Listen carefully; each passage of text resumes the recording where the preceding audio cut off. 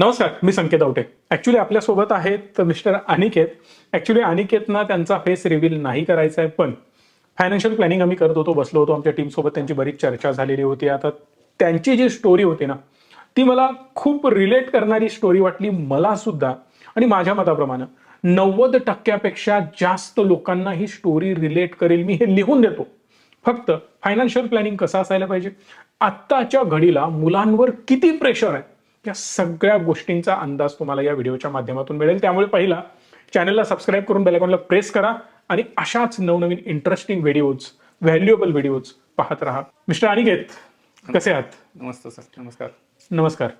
कुठून आलात तुम्ही? मी सांगलीवरून आलो सर. अजूनही विचार करा, चेहरा दाखवू शकतोय का? नको सर. नको. ओके, ठीक आहे, काही हरकत नाही. मी त्यासाठी फोर्स बिलकुल करणार नाही. फायनान्शियल प्लॅनिंग जे आपण तुमचं आत्ता करणार आहोत, मला विचारायचं आहे की सध्या राहताय कुठे तुम्ही? सांगलीमध्ये. प्रॉपर सांगलीमध्ये? हो.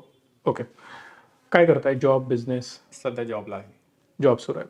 आणि घरी कोण कोण असतं? आता आई-वडील आहेत आणि मोठ्या बहिणीचं लग्न झालं 5 वर्ष झाले. मोठी बहीण होती, तिचं ऑलरेडी 5 वर्षापूर्वी लग्न झाल्या. जॉब करताय तर तुम्हाला सॅलरी किती आहे सध्या? सध्या मला 20,000 रुपये चालले आहे आणि ते ओव्हर टाईम करून वगैरे 20,000 येतात हातामध्ये. ओके, म्हणजे ॲक्च्युअल सॅलरी कमी असणार आहे आणि ओव्हर टाईम overtime केल्यामुळे इन हँड 20,000 येतात, हातामध्ये पडतात 20,000. हां, 20,000 सगळं कट होऊन. सगळं. ओके, पीएफ वगैरे कट होत असेल, राईट? आता मला एक महत्वाची गोष्ट सांगा की जिथं तुम्ही राहता आणि जिथं जॉबला जाताय, जवळ आहे की डिस्टन्स जास्त आहे? डिस्टन्स आहे. बरं, आता तुम्ही जाताय कसं? बसनी काय बाईकनी? काय बाईकने जातो. बाईकने जाताय. वय काय आहे सध्या? 22. 22. ओके. लग्नाचा काही प्लॅन लगेच? नाही, अजून 5 ते 6 वर्ष नंतरच. 5-6 वर्षांनंतर? हो. काय कारण? अजून तसं फायनान्शियल फ्रीडम किंवा सेटल नाही किंवा बऱ्याचशा गोष्टी अजून तेवढ्या सॅलरी नाही. घर त्या पद्धतीनं आमचं तेवढं डेव्हलप नाही आहे. घरची परिस्थिती बिकट असल्यामुळं अजून तरी प्लॅनिंग नाही. आणि त्यात आता बहिणीचं लग्न झाल्यामुळे तिचं त्या लग्नाला 5 लाख रुपये जवळजवळ खर्च झालेले आहेत. 5 लाख रुपये? ते लोन आहेत ते थोडंफार म्हणजे आता कमी करत आणलेलं कधी झालंय बहिणीचं लग्न? 5 वर्ष झाली. 5 वर्षापूर्वी लग्न झाल्याने त्यावेळी 5 लाख रुपये खर्च केलाय हो. एका लग्नासाठी? हो. वा, ओके, ठीक आहे. वडील सध्या काही कमाई करतायत? काय घरात कमवणारं कोण कोण आहे? म्हणजे आई वडील काय करतात? सध्या आता कमवणं जॉबला मीच आहे. पप्पा रिटायर आहेत, घरी असतात आणि आई गृहिणीच आहे. ओके. वडील काय करत होते? एका फॅक्टरीमध्ये कामाला होते. हम्म. आता ते रिटायर आहेत. कुठे? मुंबईला होते. ओके. आणि आता घरी शेती वगैरे बघताय? शेती आहे. हो. किती आहे शेती? 2 एकर शेती आहे. वार्षिक उत्पन्न अच्छा. जवळजवळ 2 लाखाच्या आसपास आहे. 2 एकर शेतीमधून 2-1 लाख रुपये वर्षाला येतात? वर्षाला येतात. मग हे सगळं हातामध्ये नाही, येतात की त्यामध्ये म्हणजे सगळं जाऊन 1 लाख रुपये बाकी राहत असतील. 1,00,000 म्हणजे 1 लाख रुपये खर्च जातो आणि 1-1.25 लाखाच्या आसपास वगैरे, किंवा कमी जास्त ते होतच असेल काय? हो, कमी जास्त म्हणजे 1,00,000 लाखच्या आसपास. डिपेंड तुमचं उत्पन्न कसं येतं त्याच्यावर. म्हणजे शेतीतून येणारा इन्कम हा मेजर नाही. जरी आपण 1,00,000 रुपये पकडलं तरी एक 8,000 रुपये महिन्याला असं आपण ॲव्हरेज जर काढलं तर मंथली इन्कम शेतीचा 8,000 रुपये असं मानू शकतो. हो. पण शेतीचं काय, माझ्या माहितीप्रमाणे जेवढं मला नॉलेज आहे, गॅरंटेड काही नसतं. नाही. ओके. गोल्स काय काय काय करायचं आहे नेमकं? काय प्लॅन करायचं आहे आपल्याला? असं काही ठेवलंय डोक्यात? गोल्स आहेत सर. पहिलं म्हणजे मला स्वतःचं घर बांधायचं आहे. कारण ते गावाकडचं घर असल्यामुळे ते जरा असं म्हणजे जुन्या पद्धतीने आहे किंवा सारखं पाऊस वगैरे आला की पाणी वगैरे आत येतं. त्यामुळे पहिला घर बांधायचं आहे. कौलारू घर जुन्या कौलारू पद्धतीचं जुन्या असणार पद्धतीचं घर आहे. आहे. ओके. त्यामुळे पहिली गोष्ट. दुसरी गोष्ट म्हणजे लग्नाचं पण प्लॅनिंग आहे 5 वर्षानंतर. त्यासाठी पण काही हँडसम अमाऊंट म्हणजे थोडी पात्र अमाऊंट बॅलन्स पाहिजे. लग्न कधी करणार तरी? मगाशी आपण बोललो बोललो, 5-6 5-6 वर्षांनी. वर्षांनी. ओके. हां, लग्न आहे, घर आहे. हो. ओके. त्यानंतर गाडीचं एक प्लॅनिंग आहे म्हणजे 4 व्हीलर तरी असावी सध्या. घरी असावी. ओके, हां, त्यासाठी. परफेक्ट आहे. आईसाठी एक दागिने करायचे होते. कारण सध्या आता तिच्या परिस्थिती बिकट असल्यामुळे दागिने वगैरे आम्ही काही नाही केले. सध्या तिच्या अंगावरती आता सध्या तरी काही नाही. ओके. ते एक ड्रीम आहे. आणि स्वतःचा एक व्यवसाय सुरू करायचा होता. म्हणजे आता जसं किराणा मालाचं दुकान या टाईपमध्ये मोठ्या लेवलला ते एक स्वतःचा व्यवसाय असावं म्हणून ते एक स्वप्न आहे. ओके. आता हे झाले गोल्स. हां, आता 1 बाय 1 मला सांगा की जर मला घर बांधायचं आहे, किती खर्च येऊ शकतो घराला? अप्रॉक्सिमेटली 50 लाखाच्या आसपास. 50 लाखाचं घर. बरं, लग्नासाठी काय प्लॅन करतोय आपण? एक 10 लाख रुपये. 10 लाख रुपये. स्वतःचं किराणा दुकान म्हणालात ना तुम्ही, मॉल वगैरे ते या टाईपमध्ये, म्हणजे शॉपिंग डायरेक्ट आत येऊन लोक परचेस वगैरे करतात, स्मॉल स्केलला तुमच्या गावाला सूट होईल असं, राईट? काय कॉस्ट जाईल त्याची? काय इन्व्हेस्टमेंट आहे? 30 लाखापर्यंत तरी जाईल आरामात. पण जर हे सुरू केलं तर तुम्ही जॉब सोडणार? हो, प्लॅनिंग आहे कारण स्वतःचा बिझनेस करण्यासाठी. ऑब्व्हियसली मग जॉब सोडूनच हे करायला पाहिजे. करेक्ट. कार घ्यायची आहे तर? हो, त्यासाठी एक 10 लाखाचं प्लॅनिंग आहे. अच्छा. कार एक ऑलमोस्ट 10 लाखाच्या रेंजमध्ये जाईल. ओके, ठीक आहे. मग हे सगळं करत असताना काय वाटतं याचं फंड्स कुठून उभे राहणार? किंवा आता सध्या काही लोन आहेत त्याच्याबद्दल मला पहिला माहिती सांगा. लोन काही आहेत आता सध्या? बहिणीच्या लग्नासाठी जे 5 लाख रुपये काढले होते ते होतं. ते आता ऑलमोस्ट क्लिअर होत आले. ते 5 लाख आता तुम्ही नील करत आलाय? नाही, 1 लाख रुपये, सव्वा लाख रुपये आय थिंक राहिले असतील अजून. म्हणजे ज्यावेळी तुमचे वडील नोकरी पण करत होते आणि त्यांच्या इन्कम मधून बऱ्या प्रमाणात तुम्ही ते सेटल करत आलाय. हां, करेक्ट? बरोबर. ओके. मग 20,000 जे हातात येतात ना, हं. त्याचा बायफर्गेशन कसं आहे? म्हणजे किती रुपये खर्च करताय, त्यातलं सेव्हिंग किती करताय, असं काही आहे? हां, मला ते व्यवस्थित जरा तुम्ही सांगू शकता की सध्या कसं कसं तुमचा खर्च वगैरे चाललाय? आता खर्च म्हणजे असं स्वतः घराचा खर्च तरी 8,000 रुपये आहे. म्हणजे घरी जे लागणार ग्रोसरी वगैरे किंवा बाकी सगळे किरकोळ खर्च असतो. त्यासाठी 8,000 रुपये ते मिनिमम खर्च होतात. ओके. प्लस इतर खर्च एक 5,000 रुपये, म्हणजे जसं मी आता बाईकने जातो, पेट्रोल असेल, कपडे असेल किंवा मोबाईल रिचार्ज वगैरे ह्या गोष्टीसाठी एक 5,000 रुपये तरी मिनिमम खर्च होतात. ओके. आणि EMI म्हटलं तर माझे एक 5,000 रुपयाचा EMI आहे सध्या. हम्म. त्यामध्ये टीव्ही, मोबाईल, बाईक ह्याचा ते एक 5,000, म्हणजे टोटल माझे जवळजवळ 18,000च्या आसपास खर्च, म्हणजे टोटल खर्च आहे. म्हणजे घरासाठी तुम्ही 8,000 रुपये खर्च करताय, जे नॉर्मली घराचे एक्सपेन्स आहेत ते, राईट? आणि जे तुम्ही इतर खर्च म्हणताय 5,000 रुपये रिचार्ज वगैरे यासाठी तुमचा तो बेसिक तुम्ही येणं जाणं जे मला मगाशी सांगितलं की मी जे जॉबला जातोय तिथं, ते एक 5,000 जर गेले, अजून काय म्हणालात तुम्ही? 5,000 EMI जातो, राईट?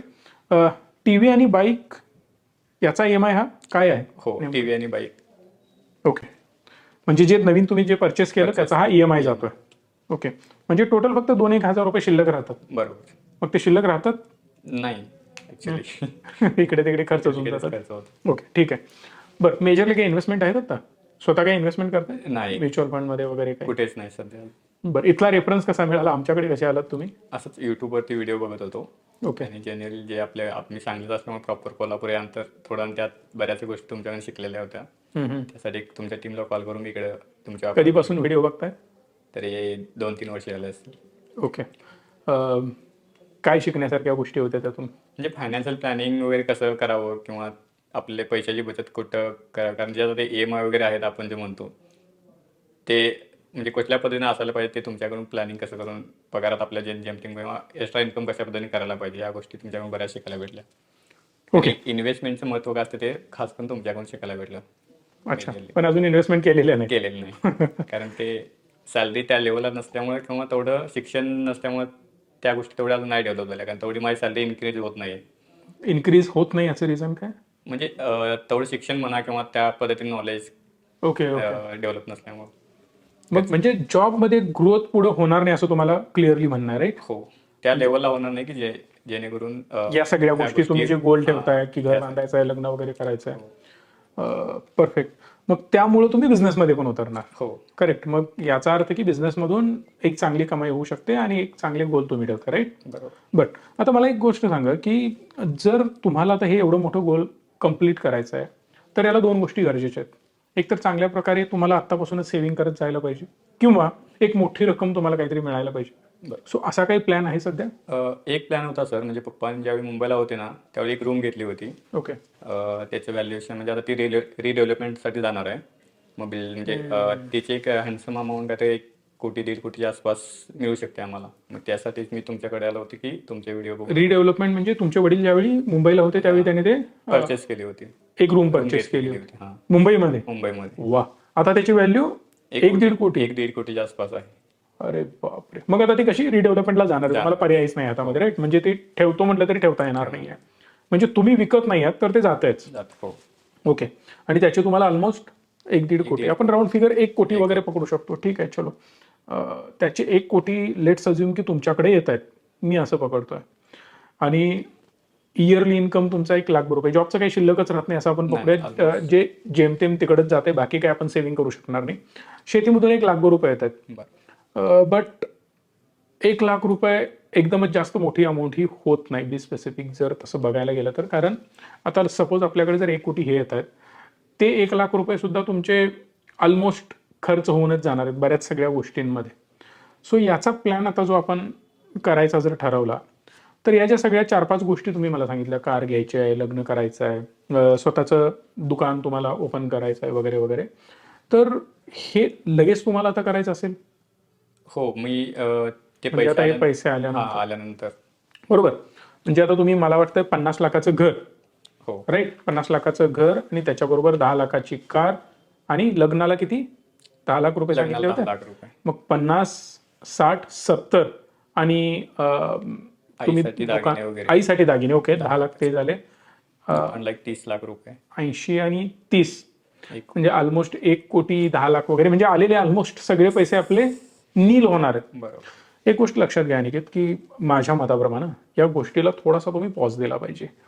प्रत्येक स्वप्न तुमचं पूर्ण होऊ शकतं. मी थोडंसं कसं पेशन्स ठेवल्यानंतर काय होऊ शकतं हे मी तुम्हाला दाखवतो. प्लॅन मला परफेक्टली समजला आहे, आता यामध्ये काही डाऊट नाही. म्हणजे एक ऑलमोस्ट आपण पकडून चालूया 6 वर्षानंतर आपण लग्न करणार आहे, राईट. 6 वर्षानंतर माझं जर म्हणजेच तुमचं जर लग्न होणार असेल तर या केसमध्ये करायचं काय आहे, तर पहिली गोष्ट, लग्न येणार आहे 6 वर्षानंतर, त्यामुळे तुम्हाला आता त्याचा खर्च पकडायची गरज नाही आहे. दुसरी महत्त्वाची गोष्ट, जर तुम्ही आत्ता दुकान सुरू केलं आणि जॉब सोडला तर लग्नाला प्रॉब्लेम येणार, जे आपण मगाशी डिस्कस करत होतो की लग्नाचे सगळे वांदे झालेत. बऱ्याच गोष्टी आपण डिस्कस केलेत, त्या काय आपण शूट घेतलेल्या नाहीत, त्यामुळे ते आता यामध्ये येणार नाही ॲक्च्युली.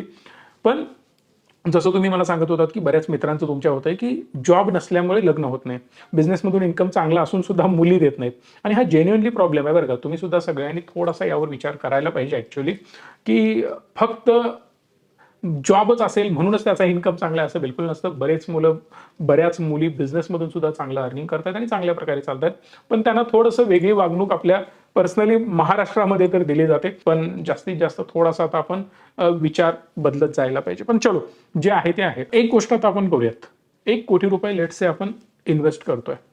या 1 कोटीला 15% इंटरेस्ट मिळतो असं आपण समजूया, की 15% ती अमाऊंट माझी ग्रो होते. बरं, आता ही अमाऊंट आपण म्युच्युअल फंडला पण इन्व्हेस्ट करू शकतो. आता बिलकुल मी गॅरंटी वगैरे देत नाहीये की 15% मिळणारच वगैरे, पण अशा बऱ्याच स्कीम आहेत ज्या 12% देत आहेत, 15% देत आहेत, 20% देत आहेत, 25% देत आहेत. एक हायपोथेटिकल कॅल्क्युलेशन करून बघूया की काय होऊ शकतं. आता या सगळ्यात पहिला माझा खर्च काय येणार, काय वाटतं तुम्हाला? म्हणजे आता या सगळ्यांमध्ये रिसेंटली लगेच मला जे करावं लागेल ते अप्रॉक्सिमेटली घरच असेल मला वाटतं, कारण बाकी गोष्टी थोडंसं मागे पुढे आपण करू शकतो, कारण घर नाही तर लग्न नाही, आणि गाडी पण पाहिजेच लग्नाच्या आसपास. म्हणजे हे 2-3 खर्च एकदम तुमचे येऊ शकतात. मग लग्नाचा प्लॅन आपण एक 6 वर्षांनी पकडूयात. हो सर, 6 वर्षानंतर मिनिमम 6. ठीक आहे. घर बांधायला किती वेळ लागेल? ऑलमोस्ट 6 महिने, वर्षभर? 6 महिने, 1 वर्ष. वर्षभराच्या आत व्हायलाच पाहिजे, राईट. सो जर मी 4थ्या वर्षी घर बांधायचं ठरवलं तर आता जे पहिला याच्यावर आपण बोलूयात की तुम्हीच मला म्हणत होता एक घर बांधण्यासाठी तुम्हाला 50 लाख रुपये खर्च येणार आहे. हो. तर 50 लाख हे कॅल्क्युलेशन कसं, म्हणजे किती स्क्वेअर फूट घर बांधायचं किंवा काय अपेक्षा आहे तुम्हाला घरातून? Almost 1111 square foot, 2 BHK type. 2 BHK, 2 bedroom पाहिजे तुम्हाला तुमच्यासाठी आणि आई वडिलांसाठी एक अशी. ओके. पुढे जाण्याआधी एक महत्त्वाची अनाउन्समेंट. तुम्हालाही जर फायनान्शियल प्लॅनिंग करायचं असेल तर तुम्ही या नंबरला कॉल करू शकता. आणि महत्त्वाची गोष्ट, मार्केट कसं चालतं, काय चालतं, ट्रेडिंग कसं केलं जातं, इन्व्हेस्टिंग कसं केलं जातं, म्युच्युअल फंड काय असतं, या सगळ्या गोष्टींचे आम्ही कोर्सेस लॉन्च केलेले आहेत. आणि हे सगळे कोर्सेस 10,000, 20,000, 50,000, 1 लाख बिलकुल नाही, फ्री देणार आहोत. त्यासाठी एकच कंडिशन, तुम्हाला फ्री डीमॅट अकाउंट ओपन करायचं आहे. डिस्क्रिप्शनमध्ये लिंक आहे, हा नंबर आहे, याला कॉल करा, डीमॅट अकाउंट ओपन करा. जर तुम्ही आमच्या थ्रू डीमॅट अकाउंट ओपन केला असेल तर आम्ही तुम्हाला फ्री ट्रेनिंग देऊ शकतो. हे ट्रेनिंग महिने चालेल आणि याचमध्ये तुम्हाला फायनान्शियल प्लॅनिंग सुद्धा करून दिलं जाईल. एवढंच नाही, जर असंच तुम्हाला फायनान्शियल प्लॅनिंग करून हवं असेल, इतर मराठी माणसांना आपल्या तुमच्या फायनान्शियल प्लॅनिंगची मदत होईल असं जर तुम्हाला वाटत असेल तर लिंक डिस्क्रिप्शनमध्ये आहे, फॉर्म भरा, आम्ही तुम्हाला व्हिडिओ कॉल करू, एक चांगलं तुमचंही फायनान्शियल प्लॅनिंग करू आणि याची मदत इतर सगळ्या लोकांना होणार आहे. 1000 स्क्वेअर फूट घर बांधण्यासाठी 2,000 रुपये प्रमाणे अप्रॉक्सिमेटली 20 लाख रुपये खर्च येईल. पण आपण एक 4 वर्षानंतरचा प्लॅन करतोय. मी पकडून चालू, महागाई वाढून 25 लाखाला जाईल, चला हायएस्ट 30 लाखाला जाईल. बरोबर. म्हणजे तुम्हाला 1000 स्क्वेअर फूटचं 2 BHK घर बांधायचं तर नक्की. 50 लाख अननेसेसरी गरज आहे का? नाही. आहे, डोक्यात आलेत पैसे म्हणून प्लॅन केला असेल, पण माझं मत आहे जेवढं गरज आहे तेवढं आता आपण पूर्ण करूयात. नंतर जशी ग्रोथ होत जाईल तसं त्याला अजून बेटर डेव्हलप करता येईल. सो 4थ्या वर्षी मी 31 लाख रुपये खर्च करतोय, म्हणजे 30 लाख रुपयांची विड्रॉ करतोय. आता हे इथं मी पकडतोय, पण एक तुम्हाला मी सजेस्ट अजून करेन की घर एकदम 30 लाख दिल्याने उभा राहिला असं होत नाही. वर्षभर तुम्ही थोडे थोडे पैसे लागतात, जसे थोडे थोडे लागतील ना तसे विड्रॉ करत जा. याचा फायदा काय होणार आहे, मार्केट अप अँड डाऊन होत असेल त्या प्रत्येक सिच्युएशनला 2 लाख 5 लाख 10 लाख जसे तुम्हाला लागतील तसे विड्रॉ करा, जेणेकरून ॲव्हरेज आउट विड्रॉल तुमची होऊन जाईल. म्हणजे 4थ्या वर्षी आपण घर बांधून पूर्ण केलं, ऑलमोस्ट 5वं वर्ष सुरू व्हायला. 5व्या वर्षी माझ्या मताप्रमाणे आईसाठी जे तुम्हाला करायचं आहे ते स्वप्न पूर्ण करू शकता. गरजेचं आहे 10 लाख रुपये तिथे तुम्हाला आत्ता त्यावेळेस स्पेंड करणं. हो, कारण इथनं मागचे दिवस सगळे गरिबीतच गेले असं होतं. त्यामुळं त्यात ते एक ड्रीम होतं की करायचं आहे आईसाठी एक 10 लाखाच्या जागेने. बरोबर, चलो ठीक आहे. प्रत्येक गोष्ट फायनान्सच्या नजरेतनं जोखायची नसते, तोलायची नसते. सो जर आपली इच्छा आहे ना तर डेफिनेटली आपण ते करायला पाहिजे आणि त्यांच्याच आशीर्वादाने आपल्याला जवळपास 1-1.5 कोटी रुपये आता येणार आहेत, राईट. सो 10 लाख रुपयामध्ये एक 10% अमाऊंट जरी आपण त्यांच्यासाठी स्पेंड करतोय, छोटीशी अमाऊंट आहे आणि त्यांचीच अमाऊंट आहे ती, पण त्यामुळे त्यांना आनंद पण तेवढाच होणार आहे की माझ्या मुलाने माझ्यासाठी हे केलं. परफेक्ट आहे. 5 वर्षाला 10 लाख रुपये ते आपण विड्रॉ करूयात आणि त्यानंतर कारसाठी अजून एक 10 लाख रुपये आपण विड्रॉ करू शकतो. म्हणजे एकाच वर्षी आपण 20 लाख विड्रॉ केले, 4थ्या वर्षी 30 लाख गेले, 5व्या वर्षी हे 20 लाख गेले, म्हणजे 50 लाख जातील. 6व्या वर्षी ऑलमोस्ट आपण हायपोथेटिकल पकडतो की लग्न होऊ शकतं. आता लग्न काय लगेच बघायला गेलं आणि झालं असं तर होणार नाहीये. कदाचित 6 महिने पण लागेल, वर्षभर पण लागेल आणि ते वेळ जुळून यायला, नाती ते तुमची कुंडली वगैरे जुळायला ऑब्व्हियसली वेळ जाणार आहे. त्यामुळे ते एक 10 लाख रुपये आपण पकडूयात. पण लग्नासाठी माझं सजेशन असेल की जेवढा खर्च तुम्हाला लिमिटेड ठेवता येईल आणि कमी करता येईल, it would be much better. कारण तो खर्च असाच होतो आणि तो वाया जातो. सो त्याच्यापेक्षा काय करू शकता, एक 5-10 लाखाच्या आसपास जेवढं तुम्हाला मागे घेऊन येता येईल तो खर्च तेवढा घेऊन या आणि 5 लाख रुपये ना टूरसाठी स्पेंड करा. लग्न झाल्यानंतर हनीमूनला जाऊ शकता. त्यानंतर परत एखादी फॅमिलीला तुमच्या सगळ्या आई वडिलांना सुद्धा घेऊन तुम्ही फॉरेन टूर करू शकता, थोडंसं भारत देशामध्ये फिरू शकता, त्यांनाही आनंद मिळेल. कारण एवढी वर्ष आपण गरिबीत काढलीत. सो थोडं तरी आपण त्यांच्यासाठी एन्जॉयमेंट देणारा एखादा क्षण आणि त्यांच्याबरोबर तेवढाच वेळ तुम्ही स्पेंड करू शकता. 6वं वर्ष हे सपोज आपण पकडून चालूया हायपोथेटिकल लग्नाचं वर्ष आहे, बरोबर आहे ना. त्यामुळे वर्षभर आपलं इकडे तिकडे या त्यातच जातं. 7व्या वर्षी ना आपण प्लॅन करू शकतो बिझनेसचा, जो तुम्ही म्हणताय व्यवसाय मला करायचा आहे. 30 लाख रुपये 40 लाख रुपये तुम्हाला जे काही हवेत त्यावेळी तुम्ही ट्राय करू शकता. आता यामध्ये एक इंटरेस्टिंग फॅक्ट सांगतो. मगाशी आपण जे बघितलं होतं की तुमचं कॅल्क्युलेशन केलं होतं, हे सगळं जर आपण केलं आता तर पैसे संपणार होते, हो राईट. आता काय वाटतं, जर मी हे असा हळूहळू खर्च करत गेलो तर काही शिल्लक राहील वाटतं? नाही एवढे, कारण ऑलमोस्ट तेवढे कॅल्क्युलेशन झालेच ना आपण ज्या मगाशी केले होते ते. किरकोळ शिल्लक राहील वाटते. परफेक्ट आहे. एक सिंपल गोष्ट सांगतो. 7व्या वर्षी 30 लाख रुपयांची तुम्ही विड्रॉल घेतली, खर्च तर संपले.